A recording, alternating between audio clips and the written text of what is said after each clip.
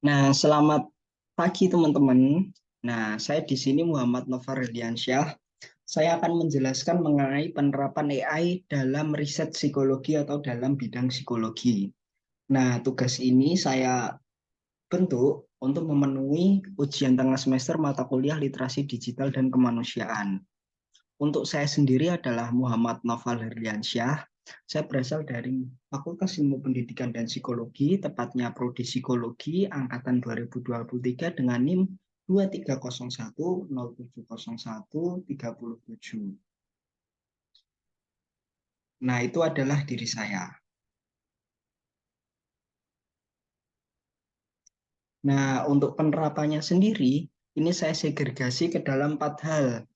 Yang pertama itu ada tes psikologi secara online, penyaringan kandidat untuk HR, analisis perilaku, dan terapi virtual. Untuk tes psikologi secara online sendiri, ini digunakan untuk kita sebagai tester agar kedepannya kita mengetahui, oh kira-kira saya mempunyai gejala ini nih, dan saya harus melanjutkan ke profesional ini nih, gitu loh. Jadi riset kecil-kecilan agar kedepannya kita mempunyai planning. Misal kita mempunyai kesehatan atau penyakit mental, kita dapat berkonsultasi lanjutan ke profesional itu tidak bingung. Nah, ini juga membantu psikolog untuk melakukan tes yang lebih efektif dan tidak bias, teman-teman. Nah, jadi kadang kan yang namanya manusia tidak dipungkiri membuat sedikit kesalahan. Nah, dengan adanya tes psikologi secara online, ini juga dapat membantu psikolog. Lalu untuk penyaringan kandidat. Nah, penyaringan kandidat ini, semisal kita sebagai HRD di suatu perusahaan, tentunya banyak sekali pelamar yang mendaftar di perusahaan tersebut, teman-teman. Nah, untuk pelamar-pelamar sendiri, kita penyaringannya itu sekarang sudah dibantu AI, teman-teman. Jadi tidak sepenuhnya manual, tidak. Kita dibantu AI untuk menyaring sumber daya manusia yang kira-kira pas untuk bekerja di perusahaan kita. Lalu ada analisis perilaku. Nah, contohnya ini suicide prevention. Nah, semisal teman-teman tahu, kan teman-teman sering bermain sosmed ya. Nah, contohnya kalau teman-teman mengetik di Instagram, saya ingin bunuh diri atau saya ingin mati gitu. Nah, pasti sistem Instagram ini tuh akan mendeteksi dan mengarahkan teman-teman ke profesional gitu. Nanti akan saya jelaskan lebih lanjut. Ada terapis virtual. Jadi, terapis virtual ini tuh kita terapi tapi tidak dengan manusia, teman-teman, tapi dengan chatbot yang memiliki basic yaitu CBT, Cognitive Behavioral Technology. Jadi ini sudah memiliki dasar-dasar psikologi yang terverifikasi ya, teman-teman. Nah, ini contohnya. Contohnya teman-teman pernah tes online nggak? Ini kita langsung masuk yang pertama. Nah, tes online sendiri biasanya itu teman-teman gunain waktu ini MBTI. Kalau teman-teman pernah MBTI di Google, nah itu salah satu tes psikologi. Nah, tujuannya apa? Biasanya tujuan dari MBTI ini tuh untuk kita mengetahui bakat minat kita. Bakat minat kita tuh apa kayak gitu. Nah, selain mengetahui bakat minat, ada juga tes psikologi yang menentukan seberapa besar atau seberapa pokoknya menentukan seberapa besar kebutuhan kita yang kurang gitu teman-teman. Contohnya kita sekarang punya apa, terus yang kurang apa, jadi kita bisa evaluasi. Nah, itu salah satu fungsi dari tes psikologi online. Nah, ini kan juga bisa membantu psikolog juga ya teman-teman. Nah, ini. Nah, salah satunya 1% Life School. 1% Life School ini adalah semacam lembaga psikologi. Nah, ini menyediakan tes psikologi juga. 1% net bad quizzes, misal teman-teman mau mengakses. Nah, begini caranya, teman-teman. Nah, teman-teman ambil tab baru, lalu teman-teman bisa ketik kayak 1% tes psikologi. Nah, ini akan muncul di search teman-teman ya. Lalu ketik yang paling atas, sebentar.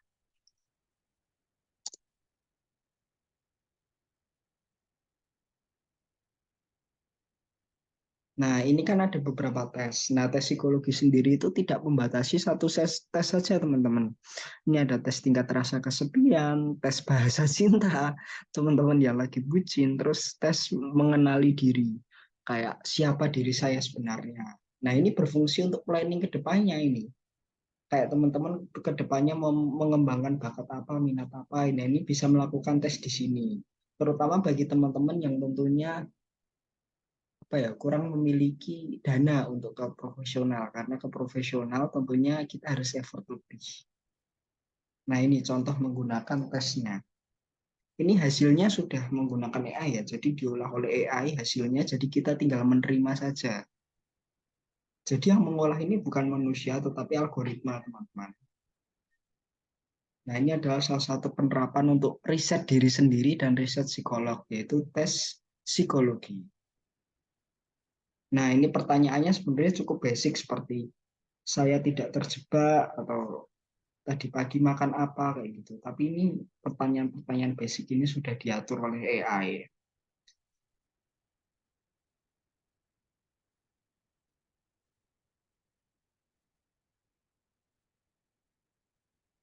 Nah, Nah, ini ada hasilnya, teman-teman.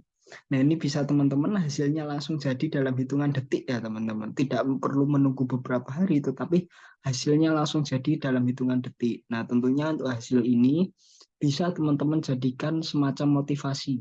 Tidak bisa benar-benar dijadikan patokan. Karena jika ingin menjadikan patokan, teman-teman harus wajib lanjut ke profesional untuk menghindari yang namanya self-diagnose ya, teman-teman.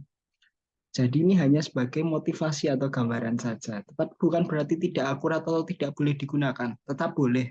Tetapi masih harus melanjutkan ke profesional jika ingin ke jenjang yang lebih serius, teman-teman. Nah, lalu juga ada web lain seperti ini, 16 Personality. Nah, ini juga sama seperti 1% Life School, bedanya ini berfokus ke satu hal. Kalau 1% kan berfokus ke beberapa hal. Kalau ini menjuru ke satu hal, yaitu bakat dan minat, teman-teman. Nah, ini perekrutan pekerja tadi. Nah, dalam merekrut pekerja ini tuh HRD sekarang atau HRD yang tentunya dari psikologi industri dan organisasi itu sudah dibantu oleh AI untuk menyaring kandidat mana yang cocok dengan perusahaan sih. Nah, web yang digunakan itu salah satunya adalah Impress AI.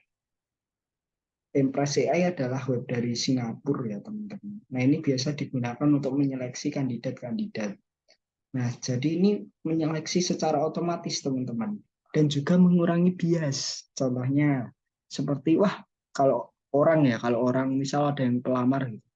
Wah, ini orangnya kenal, masukin, gitu. Ini nggak kenal, walaupun kadang orang yang dikenal itu mempunyai kompetensi lebih rendah, tapi karena yang nyaring manusia, jadi tetap dimasukkan. Gitu. Nah, beda dengan AI. AI sendiri objektif, teman-teman, melihat kemampuan orang tersebut cocok atau tidak. Nah, itu baru dimasukkan. Nah, jadi mengurangi bias dalam riset sumber daya manusia. Nah, berikut teman-teman bisa menyimak videonya.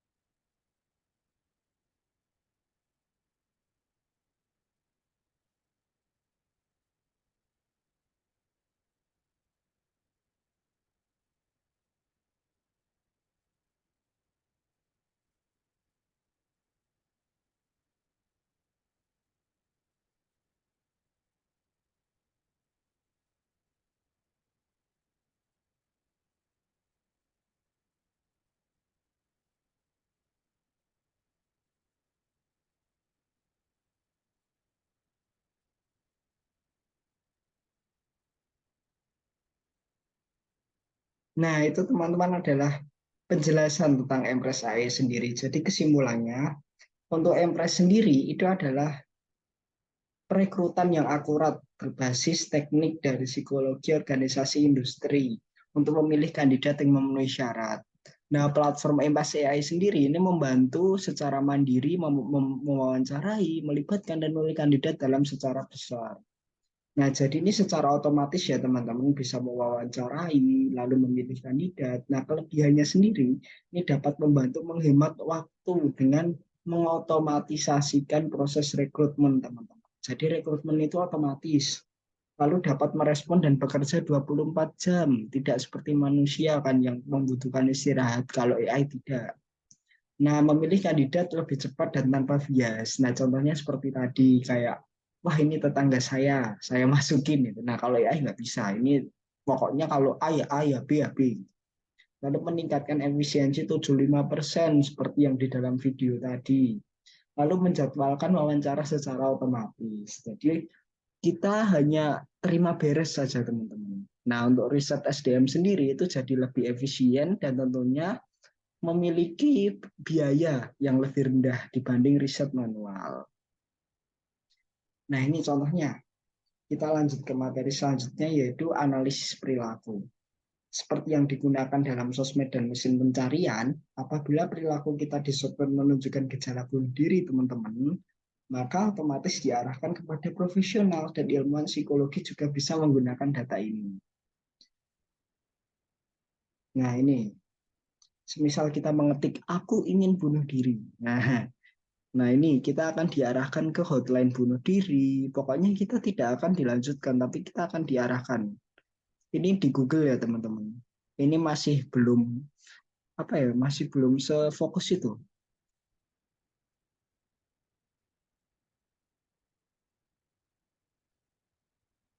Sebentar, teman-teman. Ini harusnya ada contoh lain. Sebentar, saya cari dulu.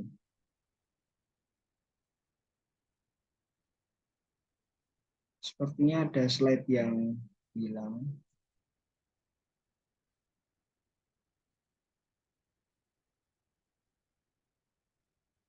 Nah, kita akan insert gambar.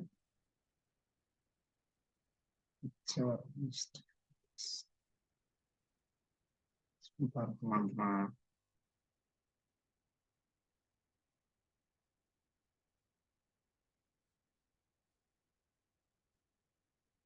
Sebentar.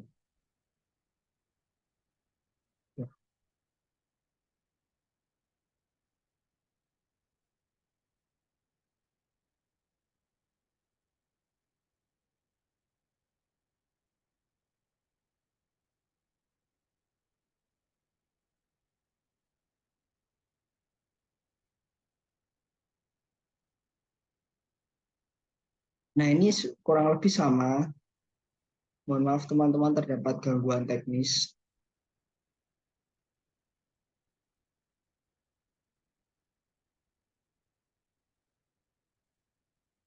Nah, ini kurang lebih sama. Semisal kita mengetik kata bunuh diri di Instagram, teman-teman bisa mengecek di Instagram sendiri. Ini saya ketikkan, saya ingin bunuh diri. Sebentar.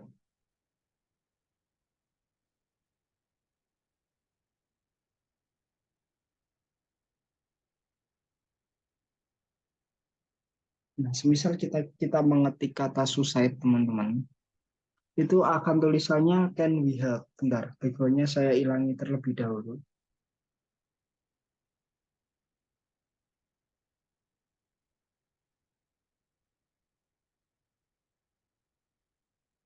Nah, ini teman-teman, apakah terlihat? Sebentar, for my background.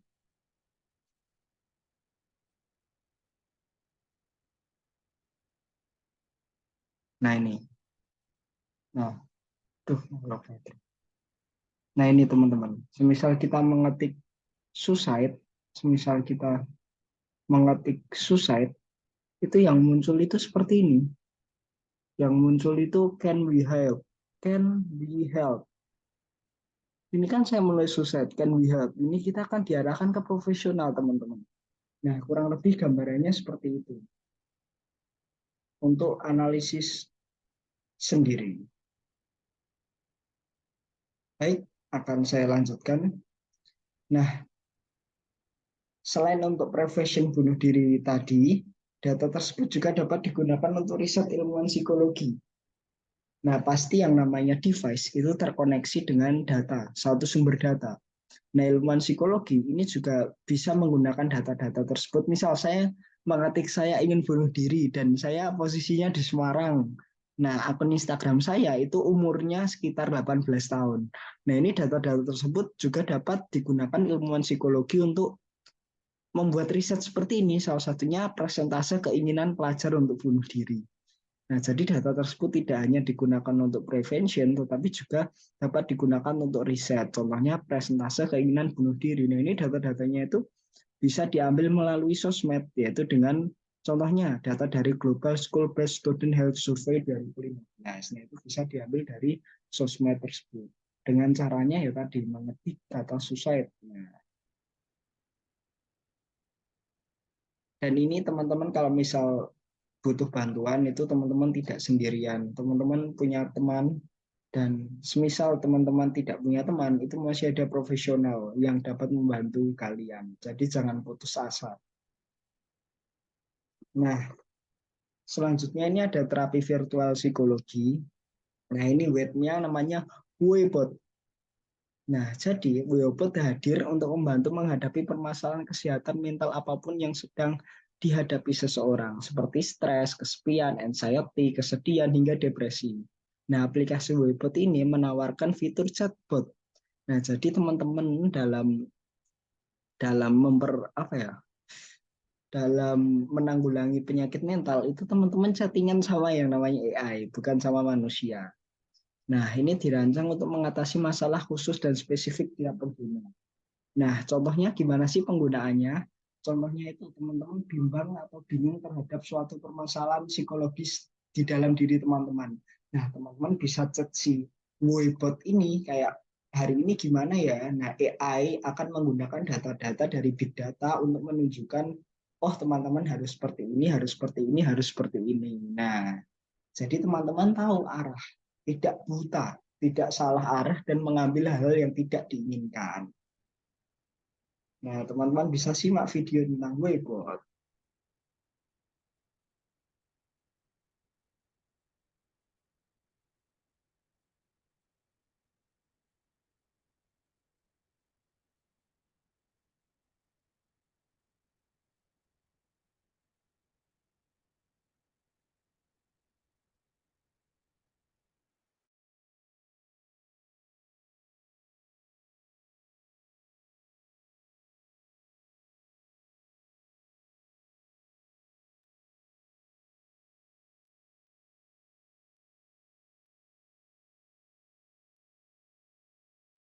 Nah, menjadi guide teman-teman, guide untuk kira-kira mau gimana, gimana, gimana gitu.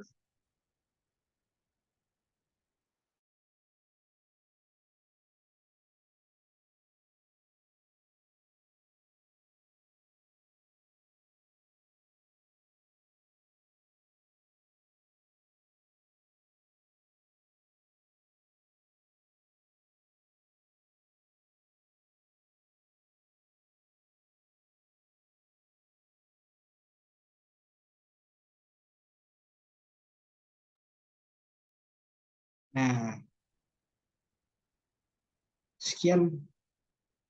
Nah, kira-kira sekian presentasi dari saya, teman-teman. Berikut adalah penerapan AI dalam psikologi. Wassalamualaikum warahmatullahi wabarakatuh.